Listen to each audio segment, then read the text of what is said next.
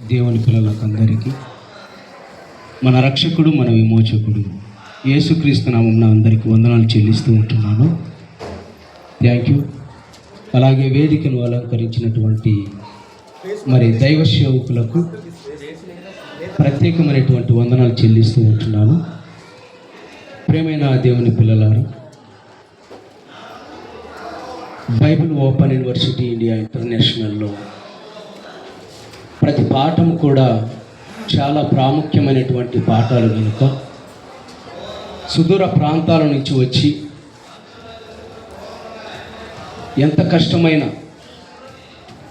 వాక్యానికి నేర్చుకోవడానికి సిద్ధపడుతున్నటువంటి ప్రతి ఒక్కరు కూడా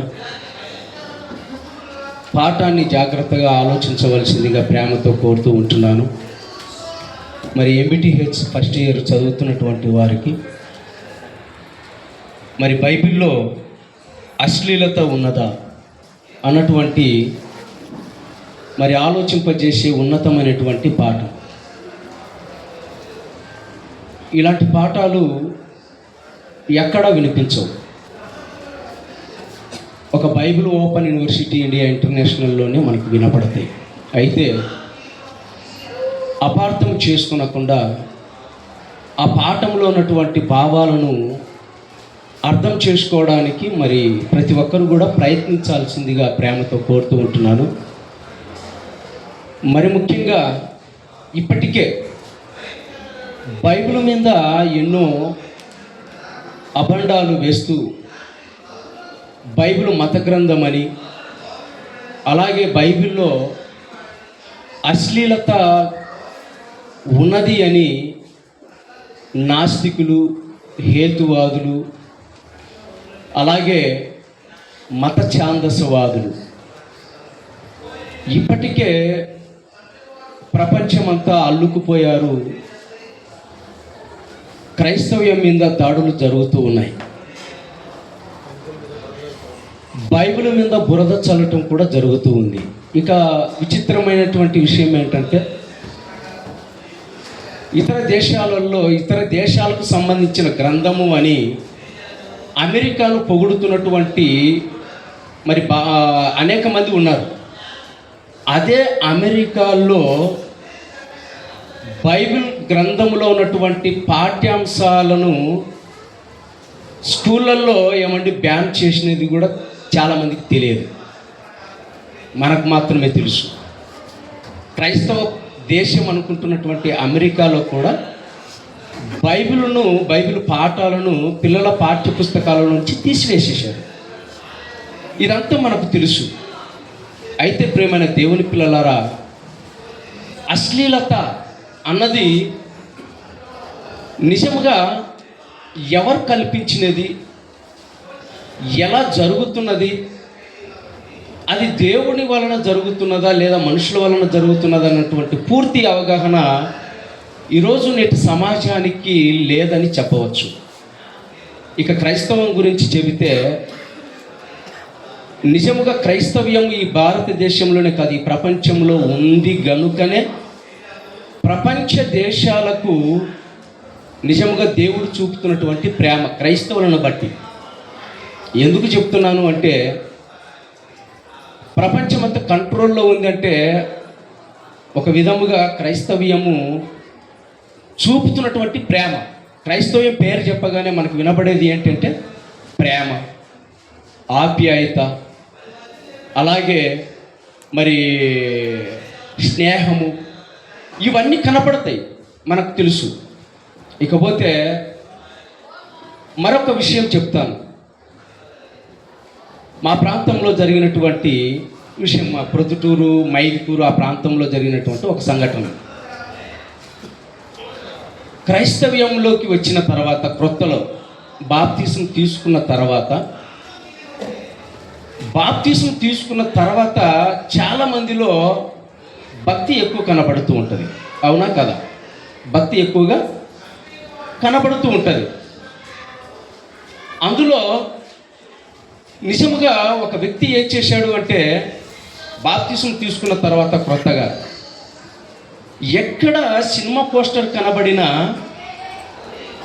తట్టుకోలేడు. దాన్ని చించేసేంత వరకు ఆయన సహించలేడు. అలాగే ఎవరైనా టీవీ చూస్తున్నారనుకోండి, వాళ్ళ దగ్గరికి వెళ్ళి, మీరు టీవీ ఎందుకు చూస్తున్నారు, మీరు క్రైస్తవులు కదా, మీరు ఎందుకు ఇలాంటివి చూస్తున్నారు అని చెప్పేసి టీవీ ఆఫ్ చేసేవాడు. అంటే నిజంగా అశ్లీలత అన్నటువంటి మాటలు, బూతులు కానీ, పోస్టర్స్ కానీ, అలాగే మరి అలాంటి విధి విధానాలు వినపడినప్పుడు, మాట్లాడుతున్నప్పుడు తట్టుకోలేని పరిస్థితిలో ఎవరు ఉంటారంటే క్రైస్తవ్యమే. కానీ అతనికి చాలా నచ్చ చెప్పేశాం. మనం ఉన్నది సమాజంలో. కొన్ని వినబడుతుంటాయి, కొన్ని కనబడుతుంటాయి. వినబడినప్పుడు, కనబడినప్పుడు వాటి గురించి మనం కంట్రోల్లో ఉండాలి తప్ప, దేవుని కంట్రోల్లో ఉండాలి తప్ప, మనం కంట్రోల్ తప్పకూడదు క్రైస్తవులుగా. అదే ఈరోజు క్రైస్తవ్యం చేస్తున్నటువంటి పని. కంట్రోల్ తప్పరు ప్రేమైన దేవుని పిల్లలారా. అయితే ఇక బైబిల్లోకి వస్తే, బైబిల్లో అశ్లీలత మరి ఉన్నది అని ప్రచారం చేసేది ఎవరు చెప్పండి? బైబిల్ గురించి తెలిసిన వాళ్ళు క్రైస్తవుల, బైబిల్ గురించి తెలియని మత ఛాందసవాదులు. వారికి బైబిల్ తెలుసు అంటారా చెప్పండి? కొన్ని సంగతులు వాళ్ళు చదువుతారు, కొన్ని సంగతులు వాళ్ళు తెలుసుకుంటారు. దానినే పదే పదే చూపించి క్రైస్తవ్యాన్ని దెబ్బతీయడానికి మాట్లాడుతున్నటువంటి మాటలు. అలాంటి మాటలు బైబిల్లో కొన్ని సంగతులు మనము ఆలోచన చేద్దాం స్పీడ్గానే. మరి పాఠాన్ని నేను మీకు అందిస్తాను. ముందుగా మనకు తెలిసినటువంటి అంశము, మరి ఒక మంచి సంగతి, ఆదికాండము మనకు తెలిసినటువంటి గ్రంథములో ఆదికాండము 19వ అధ్యాయము 31వ వచనం. అట్లుండగా అక్క తన చెల్లితో మన తండ్రి ముసలివాడు సర్వలోక మర్యాద చొప్పున మనతో పోవుటకు లోకములో ఏ పురుషుడు లేడు అన్నది. చూడండి, అక్కకు వచ్చినటువంటి ఆలోచన, దేవునికి వచ్చినటువంటి ఆలోచన కాదు. బాగా ఆలోచించాలి. అక్కకు వచ్చినటువంటి ఆలోచన చెల్లిని కూడా పాడు చేసేసింది. అయితే ఈ విషయాన్ని చదువుకొని చాలామంది ఏమంటున్నారంటే, బైబిలు పరిశుద్ధ గ్రంథము అంటున్నారు కదా. మరి బైబిల్లో మరి జరుగుతున్నటువంటి ఈ అశ్లీలత బైబిల్లో ఉంది కాబట్టి ఇది ఎవరు చదవకూడదు అన్నటువంటి నినాదము ఈరోజు బయలుదేరింది. నిజం చూసారా, బైబిల్లోనే రాయబడి ఉంది అన్నారు.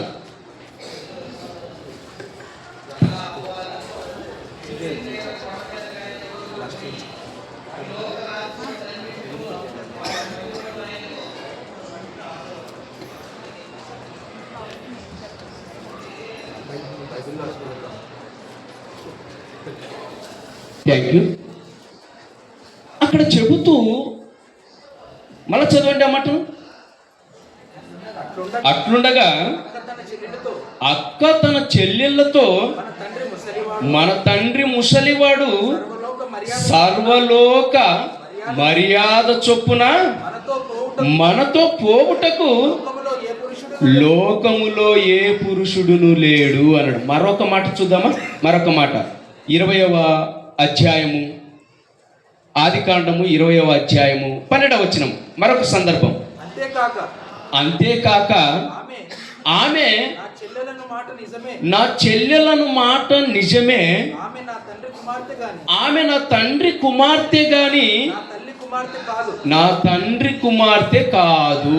ఈ సందర్భం కూడా అబ్రహాము గారు పెళ్లి చేసుకొనింది ఎవరిని అంటే చెల్లెలను పెళ్లి చేసుకున్నాడు అన్నటువంటి తప్పు పట్టడానికి ఈ విషయాన్ని కూడా లేవనెత్తారు. మరొక సందర్భం, మూడవ సందర్భాన్ని కూడా చదువుదాం స్పీడ్గానే చూద్దాం. సమూయేలు రెండవ గ్రంథము, సమూయేలు రెండవ గ్రంథము, సమూయేలు రెండవ గ్రంథము 13వ అధ్యాయము 11-12 వచనాలను చూడండి. అయితే అతడు భుజింపవలనని ఆమె వాటిని తీసుకొని వచ్చినప్పుడు అతడు ఆమెను పట్టుకొని నా చెల్లి రమ్ము నాతో శయనించుమని చెప్పగా ఆమె నా అన్న నన్ను అవమానపరచకుము అన్నదండి. అంటే ఈ సందర్భం ఏంటి అంటే, దావీదు కుమారులైనటువంటి అమ్నోను ఏమండి అబీషలోము చెల్లెలైనటువంటి తామారును నిజముగా మరి ఈ సందర్భంలో కోరుకోవడం జరిగింది. ఈ విషయాన్ని కూడా చదివి అనేక మందికి తెలియపరచడంలో వాళ్ళు చేస్తున్నటువంటి మరి తప్పుడు సమాచారం ఏంటంటే, చూసారా చెల్లిని కూడా అన్న శయనించాడు అన్నటువంటి ఒక విషయాన్ని వాళ్ళు లేవనెత్తారు. ఇది అశ్లీలత కాదా అని అంటున్నారు. అంటే ఇది అశ్లీలత, బైబిల్లో అన్ని అశ్లీలత కనబడుతున్నాయి. మరొక సందర్భాన్ని కూడా వాళ్ళు మనకు చూపిస్తున్నారు. ఏంటి ఆ సందర్భం అంటే, ఆ సందర్భాన్ని కూడా చూద్దాం. ఆ సందర్భాన్ని కూడా మరి ఆదికాండము 35వ అధ్యాయము 22వ వచనం. ఆదికాండము 35వ అధ్యాయము 22వ వచనంలో ఇశ్రాయేలు ఆ దేశములో నివసించుచున్నప్పుడు రూబేను వెళ్ళి తన తండ్రి ఉపపత్ని అయినటువంటి బిల్వాతో శయనించెను. అంటే ఇక్కడ కూడా ఒక సందర్భాన్ని చూపిస్తూ, చూసావా మరి తండ్రి ఉపపత్ని అయినటువంటి మరి ఆవిడతో ఒక కుమారుడుగా ఆయన ఏం చేశాడంటే శయనించాడు. అంటే దాని అర్థం ఏంటంటే ఇది అశ్లీలత కాదా? ఎన్ని చూపిస్తున్నారంటే చాలా చూపిస్తున్నారు. అలాగే మరొక సందర్భం కూడా ఉంది. ఇవన్నీ నేను ఎందుకు మీకు ఒకదాని వెంట మీకు చూపిస్తున్నాను అంటే, తర్వాత దాని వివరణ ఇస్తాను. దానికి వివరణ బైబిల్ ఏమిచ్చిందో నిజంగా క్రైస్తవులముగా దేవుని విశ్వసిస్తున్నటువంటి మనకు అర్థం కావాలి ముందు. అందుకే మరొక విషయాన్ని మనం ఆలోచన చేస్తే, అదే 38వ అధ్యాయము ఆదికాండము 6వ వచనము నుంచి 30వ వచనము వరకు మనం చూస్తే, అక్కడ యూదా చదవాల్సిన అవసరం లేదు. యూదా తన కోడలుతో ఏమండి నిజముగా ఏ సందర్భంలో ఆయన కలిశాడో మనకందరికీ తెలుసు. ఒక వేశ్యగా ఆమె వెళ్ళటము, ఆ తర్వాత వేశ్య అనుకొని ఆయన కలవటము, ఆ తర్వాత వారికి పిల్లలు పుట్టటము, ఇది అంతా కూడా చూపించి వాళ్ళు ఏమంటున్నారు అంటే, ఇలా బైబిల్లో మొత్తం అశ్లీలతనే. తల్లి, చెల్లి, అలాగే కుమార్తె, మేనత్త, పిన్ని, కోడలు, ఇలాంటి వారితో సంబంధాలు పెట్టుకుంటున్నటువంటి ఈ బైబిలు, ఈ గ్రంథము పరిశుద్ధ గ్రంథమా అని ప్రశ్నిస్తున్నారండి. ఇప్పుడు మీకు అర్థమైపోవాలి ఇదంతా. ఇది పరిశుద్ధ గ్రంథమా అన్నారు. అయితే ప్రేమన దేవుని పిల్లలారా, ఈ పరిశుద్ధ గ్రంథములో దేవుడు ఎందుకు రాయించాడో మత ఛాందసవాదులకు, హేతువాదులకు అంత ఈజీగా అర్థమవుతుందో చెప్పండి? వాళ్ళకి అర్థం కావాలంటే ఎక్కడికి వెళ్ళిపోవాలి? వాళ్ళ గ్రంథాలు చదువుకోవాలి, వాళ్ళ గ్రంథాలలోకి వెళ్ళిపోవాలి. ఇప్పుడు ఈ గ్రంథాన్ని చదివేవారు వివరించి చెబితే వాళ్ళకి అర్థమవుతుంది.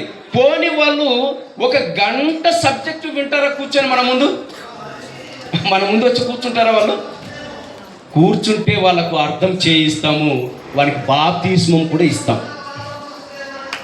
తెలుసా? అతనికి బాప్తిస్మం కూడా ఇస్తాం. 1 గంట సబ్జెక్టు వింటే మన ఆత్మీయ తండ్రి గారు జయశాలి గారు కానీ, జాన్సన్ అన్న గారు కానీ ప్రసన్న గారు కానీ సభలలో మాట్లాడితే ఎంతోమంది ఏమండి హేతువాదులు నాస్తికులు బాప్తీసం తీసుకునే వాళ్ళు కోకొల్లలో ఉన్నారు. ఈరోజు వాళ్ళు కూడా వింటే బాప్తీసం తీసుకుంటారు. అందుకే ఒక అద్భుతమైనటువంటి సంఘటన, బైబిల్ ఎంత గొప్పదో తెలియాలి అంటే నిజంగా బైబిలును రాయించింది దేవుడు రాయించాడండి. దేవుడు రాయించాడు. వాళ్ళు ఏమంటున్నారో తెలుసా? ఇది మీరే రాసుకున్నారు, క్రైస్తవులే రాసుకున్నారు. మొన్న ఒకడు మాట్లాడుతున్నాడు యూట్యూబ్లో.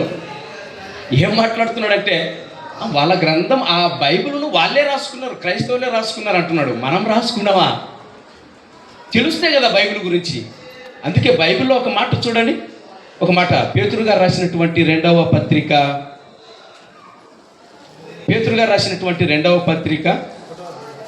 మొదటి అధ్యాయము 20-21వ వచనంలో చూడండి. ఎవరు రాయించారో అక్కడ మనకు తేటగా ఏమండి బైబిల్లో దేవుడు రాయించాడు. చూద్దాం. అక్కడ చెబుతున్నాడు పేతురు గారు రాసినటువంటి రెండవ పత్రిక. ఎగ్జామ్ రాస్తున్నటువంటి వారు దయచేసి నిజముగా మెయిన్ రెఫరెన్స్లు అన్నీ కూడా మీరు యాడ్ చేసుకోండి. ఇవే రెఫరెన్స్లు మళ్ళీ మీకు వివరణ ఇస్తాను. ఆ రెఫరెన్స్లను చక్కగా మీరు జ్ఞాపకం పెట్టుకోండి. ముఖ్యమైనటువంటి రెఫరెన్స్లను యాడ్ చేయండి, మంచి మార్కులు వస్తాయి. ఓకేనా? ఇక్కడ చెప్తున్నాడు, ఒకడు తన ఊహను బట్టి చెప్పుట వలన లేఖనములో ఏ ప్రవచనము పుట్టదు. మీరు మొదట గ్రహించాలి. దేవుడే పరిశుద్ధాత్మ ప్రేరణతో ఏమండి మనుషుల ద్వారా, ఆయా భక్తుల ద్వారా, ఆయా కాలాలలో ఏమండి వారితో రాయించాడు. అంటే దేవుడే రాయించాడు. ఎందుకు రాయించాడు అంటే ఏమండి ఇవన్నీ ఎందుకు రాయించాడు? దేవుడు అనగానే మనకు ఒకటే గుర్తుకు రావాలి, ఆయన పరలోకమందు ఉన్నటువంటి దేవుడు భూమి మీద ఉన్నటువంటి మనుషులకు అందరికీ తండ్రి. ఇప్పుడు తండ్రిగా తన పిల్లలను కాపాడుకోవడానికి అన్ని సందర్భాలు రాయాలి. అందుకే కదా ప్రారంభములో ఆదాము అవ్వలకు ఏమండి దేవుడు చెబుతూ ఏమంటున్నాడు తెలుసా? ఆదాము మంచి చెడ్డలను తెలుసుకోవాలి, మంచి తెలుసుకోవాలి, చెడు తెలుసుకోవాలి.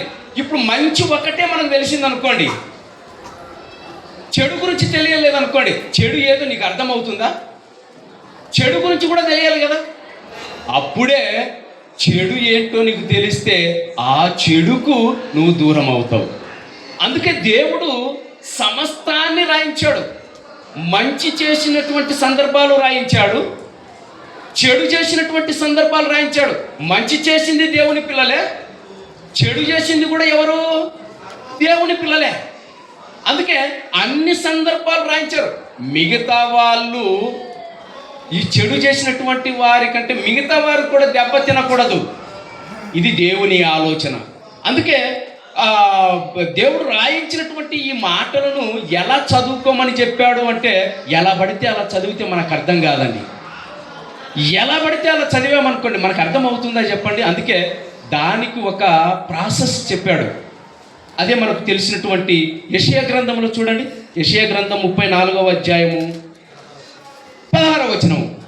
మనకందరికీ తెలిసినటువంటి రెఫరెన్స్లే. చూడండి ఒక మంచి మాట. యెషయా గ్రంథము 34వ అధ్యాయము 16వ వచనం. యెహోవా గ్రంథమును పరిశీలించి చదువుకొనుడి అన్నాడు. ఇక్కడ గ్రంథం ఎవరిది అంటే క్రైస్తవులది కాదు, ఈ లోకంలో మనుషులది అస్సలు కాదు.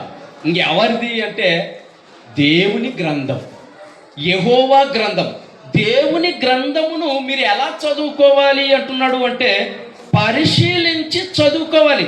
అంటే బైబిల్ అర్థం కావాలి అంటే ఎంత జాగ్రత్తగా పరిశీలించాలో చెప్పండి.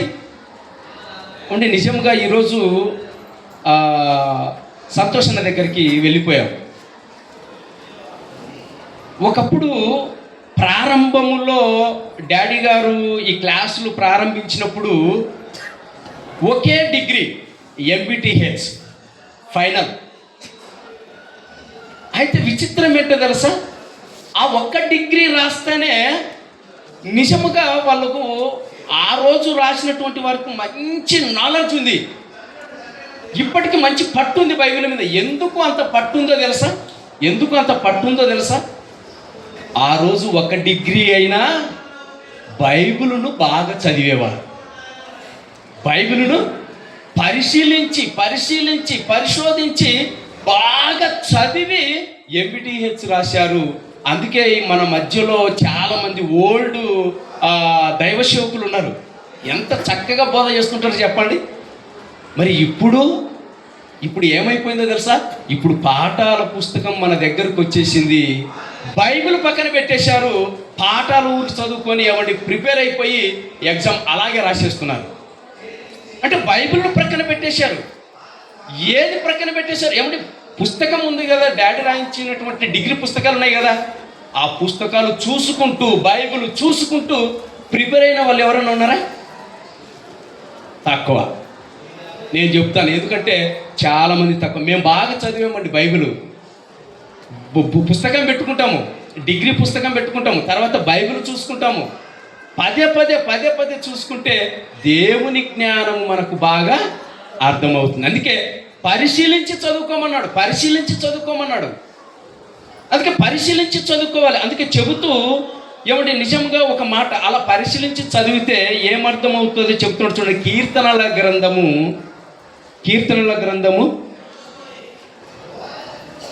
25వ అధ్యాయము ఒక మంచి మాట చూడండి. కీర్తనల గ్రంథము 25వ అధ్యాయము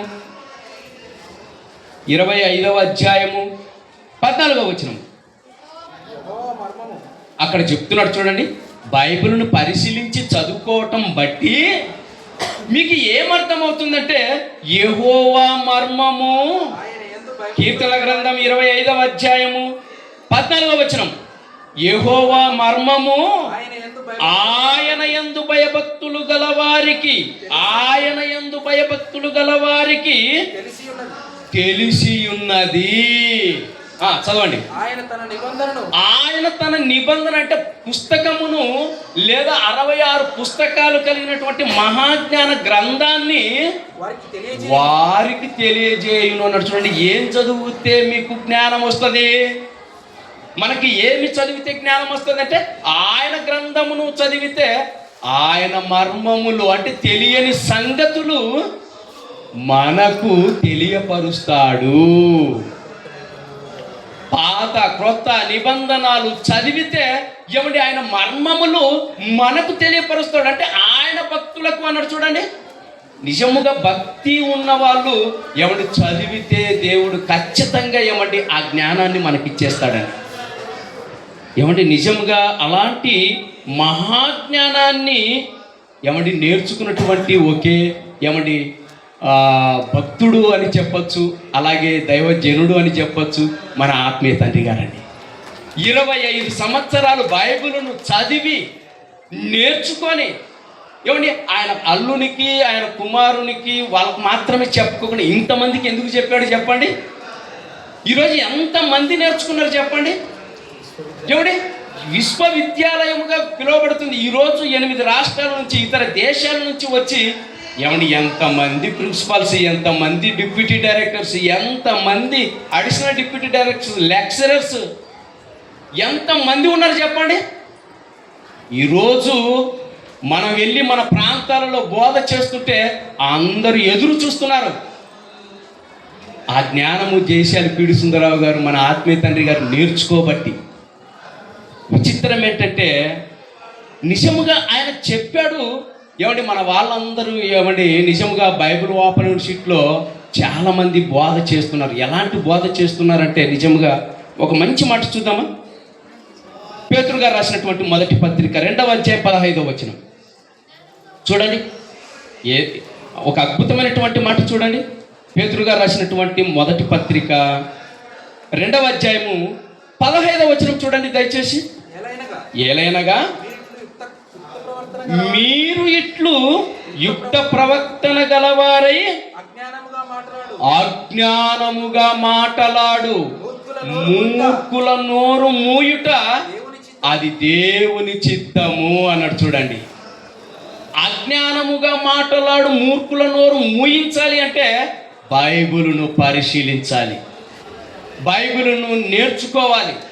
బైబిల్లో ఏమంటే నిజంగా ఉన్నతమైనటువంటి మాటలను నేర్చుకొని ఏమంటే అజ్ఞానముగా మాట్లాడే వాళ్ళు ఎవరో తెలుసా? బైబిల్లో అశ్లీలత ఉన్నది అన్నాడు చూడండి, వాడు అజ్ఞాని, అర్థం కాని వాడు. అవునా కదా చెప్పండి? అలాంటి వారిని ఈరోజు ఎంతమంది నోరు మూయించుతున్నారు చెప్పండి. ఏమండి ఆత్మీయ తండ్రి గారు మాట్లాడి అనేక మంది నోరు మూయించారు. ఈరోజు ఎందరో ఏమండి నేర్చుకున్నటువంటి ఏమండి ప్రిన్సిపాల్స్ అనేక మందిని నోరు మూయిస్తున్నారు. అవునా కదా? యూట్యూబ్లలో ఆ ఫేస్బుక్లలో మీరు చూస్తే నిజంగా ఇదంతా ఎవరి కష్టము అంటే జయశాలి పీడి సుందరరావు గారి కష్టం అండి, మన ఆత్మీయ గారి తండ్రి గారి కష్టం. అయితే విచిత్రం ఏంటంటే ఇంత నేర్చుకొని ఇన్ని మాటలు మాట్లాడి తిరిగి బైబిల్ ఓపెన్ యూనివర్సిటీ మీదకే ఏమండి ఛాలెంజ్ చేస్తున్నారు చూడండి. వాళ్ళు కూడా ఎలాంటి వారు చెప్పండి? మూర్ఖులా కాదా చెప్పండి? ఇక్కడ ఉన్నప్పుడు మాత్రము వివైవలో ఉన్నప్పుడు మాత్రం ఏం మాట్లాడారో తెలుసా? ఇది కరెక్ట్, త్రిత్వమా ఏకత్వమా దాని మీద ఏమండి ఎన్నో ప్రసంగాలు చేశాడు. పక్కకు పోయినాక ఇదే కరెక్ట్ అంటున్నాడు. మళ్ళీ ఏది కరెక్టు? త్రిత్వమే అంటున్నాడు పక్కకి వెళ్ళిపోయి. ఒకడేమో ఇక్కడికి వచ్చి ఏమన్నాడో తెలుసా? యేసుక్రీస్తు దేవుడు, దేవుని కుమారుడు, ఏమంటే ప్రవక్త అని బోధించాడు. బయటకు వెళ్ళిపోయి ఏం బోధిస్తున్నాడో తెలుసా? యేసుక్రీస్తు దేవుడు కాదంటున్నాడు. ఏం చెప్పాలి చెప్పండి? ఇంకొక ఆయన ఉన్నాడండి,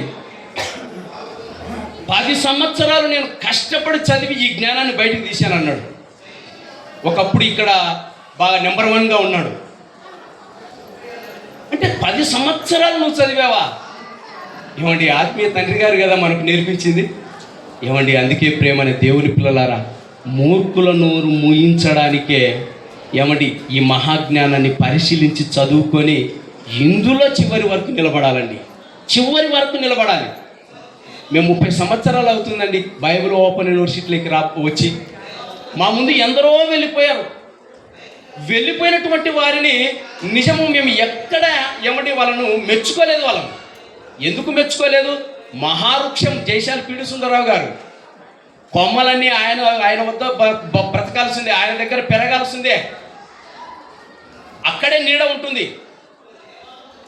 ఇక్కడి నుంచి వెళ్ళిపోయావా ఏమండి ఎండిపోవాల్సిందే తప్ప ఏమండి ఎదిగేది ఏమి ఉండదండి. నిజంగా నేను వాస్తవంగా చెప్తున్నాను.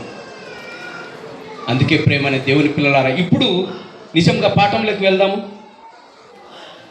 చూద్దాం మంచి మాట. ఇప్పుడు దేవుడు మాట్లాడుతూ ఒక మంచి మాట చెబుతున్నాడు. ఆ మాట చూద్దాం. ఇప్పుడు పైన చెప్పబడినటువంటి ఏమంటే ఈ సందర్భాలన్నిటికీ దేవుడు జవాబు చెబుతూ ఒక మాట రాయించాడు. ఆ మాట చూద్దాం. కొరింథీయులకు రాసినటువంటి మొదటి పత్రిక, కొరింథీయులకు రాసినటువంటి మొదటి పత్రిక 10వ అధ్యాయము 11వ వచనం చూడండి దయచేసి. ఈ సంగతులు చూడండి. ఇప్పుడు ప్రారంభం నుంచి మనము అన్ని ఆలోచించాము కదా. ఎక్కడి నుంచి ఏమంటే నిజముగా లోతు కుమార్తెల దగ్గర నుంచి ఏమంటే అలాగే అమ్నోను దగ్గరికి, ఆ తర్వాత అమ్నోను గురించి, ఆ తర్వాత యూదా గురించి ఇవన్నీ ఆలోచించాము కదా. ఇవన్నీ దృష్టిలో పెట్టుకొని ఇప్పుడు దేవుడు ఒక మాట చెప్తున్నాడు. ఏమని చెప్తున్నాడు? ఈ సంగతులు ఇక్కడ చెప్తున్నాడు. ఈ సంగతులు దృష్టాంతములుగా వారికి సంభవించి యుగాంతమందున్న మనకు బుద్ధి కలుగుటకై అని చూడండి వ్రాయబడెను. యుగాంతమందున్నటువంటి వారికి సంభవించాయి. పాత నిబంధన గ్రంథములోన, క్రొత్త నిబంధన గ్రంథములోన అవి జరిగినటువంటి ఆ సందర్భాలన్నీ దేవుడు ఎందుకు రాయించాడు అంటే మనకు బుద్ధి కలగాలి అని అన్నాడు. చూడండి, మనకు బుద్ధి కలగడానికి. ఏమండి పక్క రాష్ట్రములో ఏదైనా ఒక ప్రమాదం జరిగిందనుకోండి, లేదా ఒక పసికందును పాడు చేసి ఏమండి అతను ఉరిస్తంభానికి ఎక్కాడు అనుకోండి, మన రాష్ట్రంలో కూడా సేమ్ టు సేమ్ మరుసటి రోజే అలాగే జరిగింది అనుకోండి. ఈయనకి బుద్ధి కలిగినట్ట, బుద్ధి కలగనట్ట? బుద్ధి కలగనట్టు. ఇప్పుడు దేవుడు ఈ సందర్భాలన్నీ ఎందుకు చెప్తున్నాడు అంటే, అక్కడ జరిగిన సందర్భాలు నీకు రాయించాడు అంటే మనకు బుద్ధి కలగాలి అని. ఇప్పుడు లోతు సందర్భాన్ని గురించి కొద్దిగా ఆలోచన చేద్దాం. ఏమంటే ఫస్ట్ పాయింట్ ఆలోచన చేద్దాం. ఇప్పుడు లోతు సందర్భంలో ఏమి జరిగింది అంటే, అక్కడ జరుగుతున్నటువంటి సందర్భం గురించి చెప్తే ఇప్పుడు మళ్ళీ ఒకసారి చూద్దాం. 19వ అధ్యాయంలో 31వ వచనంలో చూద్దాం. చదవండి. ఆదికాండము 19వ అధ్యాయము 31వ వచనము. అట్లుండగా అక్క తన చెల్లెలతో, సమయం ఏమో అయిపోవచ్చుంది, ఇంకా దండి ఉంది. నాకు ఎన్ని గంటలు వచ్చారు? ఓకే ఓకే, ముగిస్తాను, త్వరగానే ముగిస్తాను. ఓకే. అట్లుండగా అక్క తన చెల్లెలతో, తన తండ్రి ముసలివాడు సర్వలోక మర్యాద చొప్పున మనతో పోవుటకు లోకములో ఏ పురుషుడు లేడు అన్నదండి. తప్పు కదండి అది, ఆ మాట తప్పు. ఏ పురుషుడు లేదు. అప్పుడు ఏమంటే నిజముగా ఆ రోజు దేవుని ఉగ్రతకు పాడైనటువంటి 2 నగరాలు ఏంటివి? సొదొమ, గొమొర. మిగతా పట్టణాలు లేవా? పురుషులు లేరా? అంటే ఈమె ఎవరి మర్యాదను అనుసరిస్తుంది? దేవుని మర్యాదను అనుసరిస్తుందా? లోక మర్యాదను అనుసరిస్తుందా? లోక మర్యాదను అనుసరిస్తుందే తప్ప దేవుని మర్యాదను విడిచిపెట్టేసింది. దేవుని మర్యాదను విడిచిపెడితే ఏమైపోతారో తెలుసా? పాడైపోతారు. దేవుడు ఒక క్రమం పెట్టాడు, దేవుడు ఒక పద్ధతి పెట్టాడు. ఆ పద్ధతిని విడిచిపెట్టామా, ఆ పద్ధతిని ఏమని మనము పాటించలేదా, పాడైపోతాం. అందుకేనండి వాళ్ళు పాడైపోయారు. ఏమంటే నిజముగా ఆ రోజు జరిగినటువంటి సందర్భములో దేవుని మర్యాదను వాళ్ళు విడిచిపెట్టడం. లోక మర్యాద ఎవరిది చెప్పండి? చెప్తాడు. మనకు తెలిసినటువంటి సందర్భంలో చదవకున్న పర్వాలేదు. యోహాను పత్రిక, మొదటి పత్రిక 2:16 ఉంటుంది. లోకములో ఉన్నదంతయు శరీరాశియు, నేత్రాశియు, జీవపు డంబము తండ్రి వలన పుట్టినది కాదు అన్నాడు. అంటే దేవుని వలన పుట్టినది కాదు, లోక ఆశలు. ఇవన్నీ ఏమండి అపవాదికి సంబంధించిన ఆలోచనలు. అందుకే వాళ్ళు ఏం చేశారంటే లోక మర్యాదను అనుసరించారు. ఇక రెండవది చూస్తే ఏమండి, 2వ పాయింట్కి వద్దామా? 2వ పాయింట్ చూడండి. నిజంగా అక్కడ దేవుని మర్యాదను అనుసరించక ఏం జరిగిందో ఒక మాట చూద్దాం. రాజులు 2వ గ్రంథము చూడండి, ఆ మాట చూడండి. రాజులు 2వ గ్రంథము 17వ అధ్యాయము 26వ వచనం చూడండి. అక్కడ చెప్తున్నాడు దేవుని మర్యాదను అనుసరించక ఏం జరిగింది అక్కడ చెబుతూ, వాళ్ళ గురించి, ఇశ్రాయేలు గురించి చెబుతూ మాట్లాడుతూ ఒక మాట చెప్తున్నాడు చూడండి. తమరు పట్టుకొనిన సోమ్రోను పట్టణములలో తాముంచిన జనములకు ఆ దేశపు దేవుని మర్యాద తెలియకున్నది కనుక ఆయన సింహాసనములను పంపించెను. క్షమించాలి, సింహములను పంపించెను. ఏమండి, ఇశ్రాయేలీయుల దేవుని మర్యాద వారికి తెలియనందున సింహములు వారిని సంపుచున్నవి అన్నాడు. అంటే దేవుని మర్యాద తెలియకపోతే వాళ్ళు చచ్చిపోయారు, పాడైపోయారు. ఇది మీకు అర్థమైతే అక్కడ చెబుతున్నాడు. నిజంగా ఆ మాట చూడండి ఎంత బాగుందో. ఏమంటే దేవుని మర్యాదను వాళ్ళు విడిచిపెట్టేశారు. అక్క చెల్లెలు విడిచిపెట్టి లోక మర్యాదను అనుసరించారు. ఆ తర్వాత ఏమండి వాళ్ళు పాడైపోయారు. అంటే తప్పు ఎవరిది అంటే వాళ్ళు ఆలోచించినటువంటి ఆలోచన. అక్కడ దేవునిది తప్పు కాదు. ఈ సబ్జెక్ట్ అంతా ఏమండి హేతువాదులు, నాస్తికులు ఇది వినగలరా చెప్పండి? వినలేరు. అందుకే చెబుతున్నాడు. మరొక మాట చూడండి, మరొక మాట. పేతురు గారు రాసినటువంటి 2వ పత్రిక, స్పీడ్ అయిపోతున్నాను. పేతురు గారు రాసినటువంటి 2వ పత్రిక 2వ అధ్యాయము 2వ అధ్యాయము 7వ వచనం.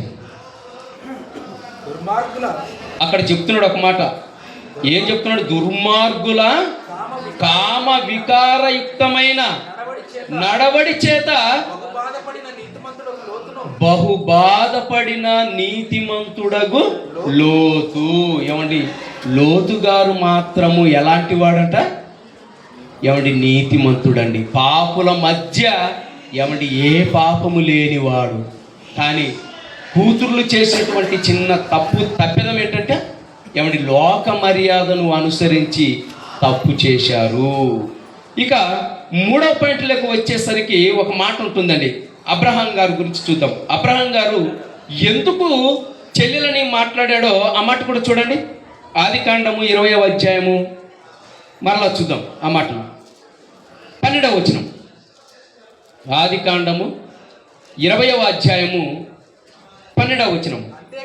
అంతేకాక ఆమె నా చెల్లెలను మాట నిజమే, ఆమె నా తండ్రి కుమార్తె కాదు, ఆమె నాకు ఆమె నా తల్లి కుమార్తె కాదు, నా తండ్రి కుమార్తె, ఆమె నాకు భార్య అయినది అన్నాడు. చూడండి, అంటే పాత నిబంధన కాలములో నిజంగా ఈ సందర్భాన్ని మనం ఆలోచించగలిగితే అబ్రహాము గారికి వాళ్ళ నాన్నకు ఏమండి 2-3 పెళ్ళిళ్ళు అయి ఉండొచ్చు.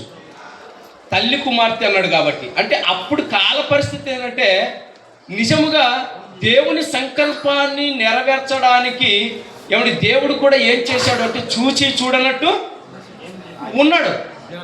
ఆ అజ్ఞాన కాలము అంటాడు. ఆ అజ్ఞాన కాలము దేవుడు చూచి చూడనట్టు ఉన్నాడు. కాబట్టి అప్పుడు నిజంగా దేవుడు కొన్ని ఆజ్ఞలు ఇవ్వలేదు. ఆ తర్వాత దేవుడు కొన్ని ఆజ్ఞలు ఇచ్చేశాడు. ఎన్ని ఇచ్చేశాడు అంటే చాలా ఆజ్ఞలు ఇచ్చేశాడు దేవుడు. 10 ఆజ్ఞలే కాదు. ఆ తర్వాత ఈ లోకములో జరుగుతున్నటువంటి అన్యాయపు పనులన్నిటినీ, అశ్లీలత చేస్తున్నటువంటి ప్రతి దానిని అరికట్టడానికి దేవుడు కూడా ఎన్నో కట్టడలు చేసేసాడు. అవన్నీ మనం చూస్తే ఆ లేవికాండము కానీ ఏమండి నిజముగా లేవికాండంలో 20వ అధ్యాయంలో చూస్తే మీకు అర్థమవుతుంది. అది మీరు ఎగ్జామ్లో కూడా మీరు మెన్షన్ చేయొచ్చు. ఓకేనా? టైం అయింది కాబట్టి మీకు స్పీడ్గా చెప్తున్నాను. ఆ తర్వాత అక్కడ చెప్తున్నటువంటి మాట ఏంటంటే నిజముగా ఎందుకు ఆ మాట చెప్పవలసి వచ్చింది అబ్రహాం గారు? ఎందుకు చెప్పవలసి వచ్చిందంటే ఏమండి అబ్రహాం గారిని దేవుడు పిలిచిన తర్వాత ఉన్న ఫలంగా తండ్రిని దేశాన్ని ఏమండి విడిచిపెట్టి ఇతర దేశాలకు వెళ్ళిపోయాడు. దేవుడు చూపించిన దేశానికి వెళ్ళిపోయాడు. ఆ వెళ్ళిపోతున్నప్పుడు మధ్యలో ఎన్నో ఆటుపోట్లు, ఎన్నో సంఘటనలు. మనకు తెలిసినటువంటి సందర్భం ఏంటంటే ఏమంటే నిజముగా ఈమె షారా ఎలాంటిది అంటే చాలా అందమైనటువంటి స్త్రీ. ఈ అందమైనటువంటి స్త్రీని చూసి నిజంగా ఆ కాలంలో ఊరు కాని ఊరు, దేశం కాని దేశంలోకి వెళ్ళిపోయిన తర్వాత ఇలాంటి ప్రమాదాలు అప్పుడు ఎక్కువ జరుగుతున్నాయి. కాబట్టి అబ్రహాం గారు నిజముగా ఏం మాట్లాడాడు అంటే నా భార్య అని చెబితే నన్ను చంపేసి నిన్ను తీసుకెళ్ళిపోతారు. అది చెల్లెలంటే ఏమండి చెల్లెలు అన్నాడు అనుకోండి, ఈయనను బ్రతికినిస్తాడు. ఏమండి ఆమెకు ఏం కాదు. ఇంకొక విషయం ఏంటంటే ఈ మాట చెప్పడానికి గల కారణం ఏంటంటే ఏమండి దేవుని మీద అపారమైనటువంటి ప్రేమ, నమ్మకం. దేవుడు చెప్పినటువంటి దేశానికి ఈయన వెళ్ళిపోవడమే నిజముగా ఏమండి ఆ పిలుపును బట్టి ఈయన వెళ్ళిపోతే దేవుడు నిజముగా ఆయనను కాపాడడానికి సిద్ధంగా ఉన్నాడు. అంతేనా? అబ్రహాం గారిని కాపాడడానికి సిద్ధంగా ఉన్నాడు. ఆ తర్వాత హేరోదు ఏమండి నిజముగా ఆమెను చేర్చుకొని ఆ తర్వాత ఆమె పట్ల అసభ్యకరంగా ఏం చేయకుండా కాపాడింది ఎవరు చెప్పండి? దేవుడే. అంటే దేవుడు కాపాడి ఆమెకు అప్పగించేశాడు. ఆ తర్వాత జరిగినటువంటి మరొక సందర్భాన్ని చూద్దాం. ఏమండి మరొక సందర్భాన్ని చూద్దాం.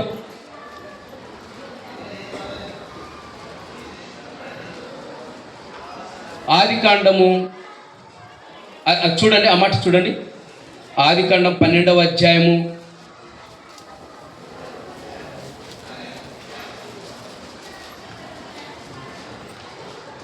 ఆదికాండము క్షమించండి, సమూయేలు రెండవ గ్రంథము 12వ అధ్యాయం 11వ వచనం చూడండి. అతడు ఐగుప్తులో ప్రవేశించుటకు సమీపించి ఉన్నప్పుడు అతడు తన భార్య అయిన శారాతో, ఇదిగో నీవు చక్కని దానవని ఎరుగుదును, ఐగుప్తీయులు నిన్ను చూచి ఈమె అతని భార్య అని చెప్పి నన్ను చంపి నిన్ను బ్రతకనిచ్చెదరు. నీ వలన నాకు మేలు కలుగుటకై నిన్ను బట్టి నేను బ్రతుకున్నట్లును నీవు నా సహోదరివి అని దయచేసి చెప్పుము అన్నాడండి. అప్పుడు ఫరో దగ్గర నుండి నిజముగా ఫరో తీసుకెళ్ళిపోతాడు. ఆ తర్వాత దేవుడు ఆమెను విడిపించి మళ్ళీ ఫరో చేతుల మీదుగానే అబ్రహం గారికి అప్పగించేటట్లు చేస్తాడు. ఎందుకంటే రోగాలు పుట్టిస్తాడు. ఈ సందర్భం అంతా మనకు తెలుసు. అంటే దేవుణ్ణి నమ్మినందుకు దేవుడు అన్యాయం చేయలేదు. ఇది మీరు ఆలోచించాలి. దేవుడు అన్యాయం చేయడు, దేవుడు కాపాడుతాడు.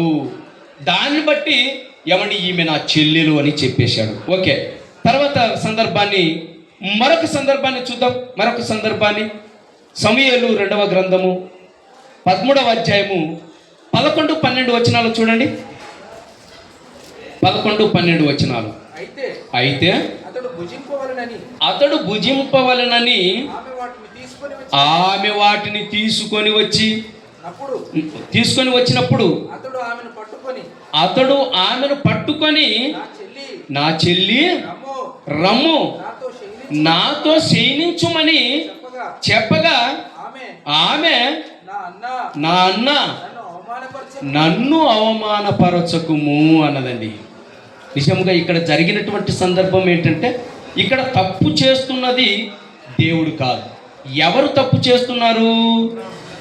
అమ్నోను తప్పు చేస్తున్నాడు. అంటే మనుషుల దురాలోచనల వలన తప్పు జరుగుతుందే తప్ప దేవుని వలన కాదు. అందుకే హేతువాదులకు ఈ సంగతి తెలియదు కనుక బైబిల్లో అశ్లీలత ఉంది అని ఎక్కువగా బైబిల్ మీద పడి ఏడుస్తున్నారండి ప్రేమైన దేవుని పిల్లలారా. అందుకే చెప్తున్నాడు. మరొక మాట చూద్దాం. ఇప్పుడు మరొక సందర్భాన్ని చూస్తే దేవుడు కొన్ని కట్టడాలు పెట్టాడు కదా, అవి కూడా చూద్దామా? అక్కడ నుంచి దేవుడు చెబుతున్నటువంటి మాట 20వ అధ్యాయం లేవియకాండము 17వ వచనం చూడండి. 17వ వచనం లేవికాండము 20వ అధ్యాయము 17వ వచనం. ఇప్పుడు వీటిని అన్నిటిని బట్టి దేవుడు ఇస్తున్నటువంటి ఒక హెచ్చరిక, ఆజ్ఞ జారీ చేస్తున్నాడు. ఏమని చెప్తున్నాడు? ఒకడు తన సహోదరిని అనగా తన తండ్రి కుమార్తెనే గాని తన తల్లి కుమార్తెనే గాని చేర్చుకొని ఆమె దిశములను వాడును దాని దిశములను ఆమెను చూచిన ఎడల అది దురానురాగము. ఇప్పుడు దేవుడు ఆజ్ఞలు జారీ చేసేసాడు. ఇది తప్పు అన్నాడు. అంటే దేవుడు బైబిల్లో తప్పేదో రాయించాడు, మంచేదో రాయించాడు. ఇప్పుడు తప్పు ఉంది కనుక ఆ తప్పు తెలిసిన నువ్వు ఏం చేయాలి అంటే మేలుకోవాలి. లోతు దగ్గర జరిగినటువంటి సందర్భం ఏంటంటే, ఆయన మత్తుడు కాబట్టి కూతురు ఎవరో తల్లి ఎవరో తెలియని పరిస్థితిలో ఆయన ఉన్నాడు. అంటే అలాంటి సంఘటనలు ఈరోజు జరగలేదంటే జరుగుతున్నాయి. ఈరోజు జరుగుతున్నాయి. పోలీస్ స్టేషన్ వరకు వెళ్ళిపోయారు, కోర్టు వరకు వెళ్ళిపోయారు. అక్కడికి వెళ్ళిపోయి కూడా ఏం మాట్లాడుతున్నారో తెలుసా? అక్కడికి వెళ్ళిపోయిన తర్వాత కూడా ఏం మాట్లాడుతున్నారో తెలుసా? ఒక కేసు వాదిస్తూ ఆ కేసులో మాట్లాడుతూ ఒక అతను మాట్లాడుతున్నాడు. చెట్టు వేశాను, ఆ చెట్టుకు పండు కాసింది, ఆ పండు నేనే తిన్నాను అన్నాడు. అంటే దేనికి పోలుస్తున్నాడో తెలుసా?